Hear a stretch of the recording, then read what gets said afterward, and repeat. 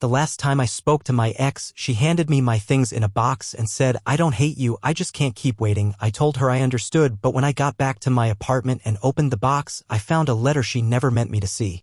The last time I spoke to my ex, I didn't even realize it would be the last. I thought we were just taking space. That's what she said a few weeks before. I just need space. Not in an angry way. More like she was tired. She said it over dinner, pushing salad around her plate with her fork. I told her I understood, but I didn't ask questions. That was the first mistake. So when she texted me to come by and grab my things, I figured maybe she needed more time. Maybe this was just part of that space. I remember it was Saturday. Late afternoon. Light rain. I had that dull feeling in my stomach like I was going to a dentist appointment I'd forgotten to prepare for. I kept thinking I should have shaved or worn something better than an old hoodie. But it didn't matter. She didn't ask me to come inside. She was already at the door when I walked up the steps, holding a cardboard box. "I don't hate you," she said, meeting my eyes for just a second. "I just can't keep waiting." I said, "Okay," because I didn't know what else to say. "I mean it. I don't hate you." I nodded, took the box. "I know." She stood there for a second, like she wanted to say more. But she didn't. The door closed behind her. That was it. I walked home in the drizzle. The box wasn't heavy, just awkward. Inside was everything that used to live at her place, my toothbrush in a Ziploc, a few t-shirts, socks I hadn't realized were missing, the hardcover copy of Never Let Me Go I brought over once when we were trying to read more together. She'd even included the ceramic coffee mug I always used at her place. The one that said "sleepy but trying." She wrapped it in paper towels. Carefully. That part hit harder than it should have. I didn't open the box right away. I left it on the table, made coffee, stood by the window like I was waiting for something to make sense. It didn't. When I finally opened the box, I pulled the book out first.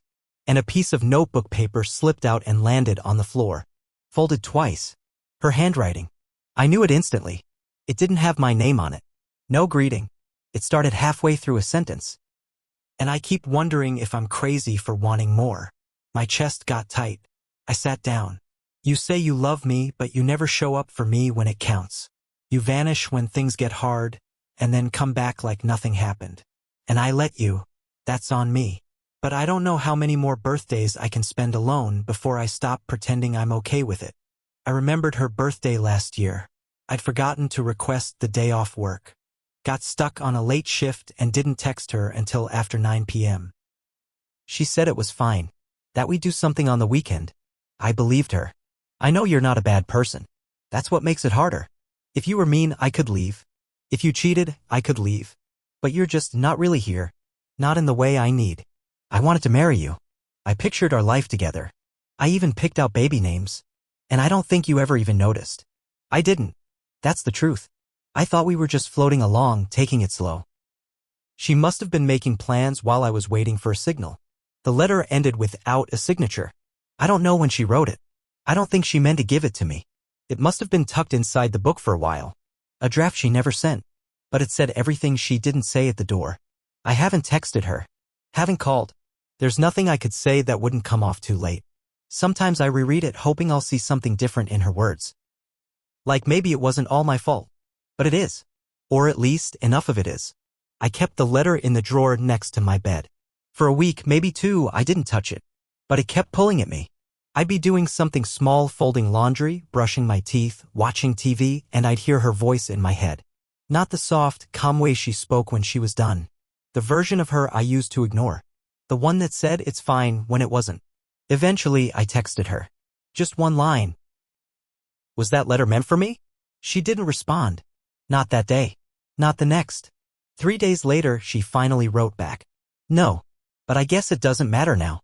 That was it. No punctuation. I stared at it so long my phone went dark. The thing that really got me? She was right. It didn't matter now. I started going back through old photos. Not the Instagram ones, those are fake anyway. I mean the phone roll stuff. The messy couch selfies, the screenshots of songs she sent me, the random stuff like her feet on my dashboard. And in every single one, she looked like she was trying. Even when she smiled, there was this edge. Like she was giving more than she got. I thought back to all the little things I brushed off. Her asking me to come to her sister's baby shower and me saying it's not really my thing. Her cooking dinner when I got off work late and me saying you didn't have to. That time her dad went in for surgery and she wanted me to stay over, but I said I had an early meeting. I didn't show up. Not really. And I started wondering who was showing up. I didn't want to believe there was someone else, but something in that letter felt like a goodbye to more than just me. So I checked something I knew I shouldn't, her Spotify. It was public. I don't think she realized. Or maybe she did. She'd made a new playlist. 3 days after I got the box. It was called Finally Breathing.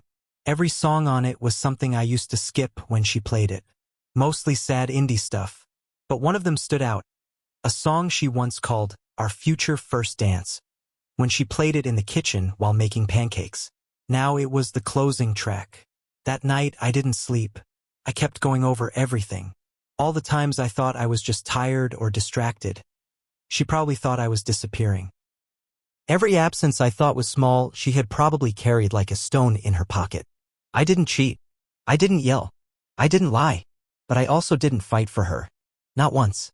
And I think that's worse in a way. She didn't leave because she stopped loving me. She left because she got tired of feeling alone next to someone who said they loved her. And I still hadn't asked her the real question.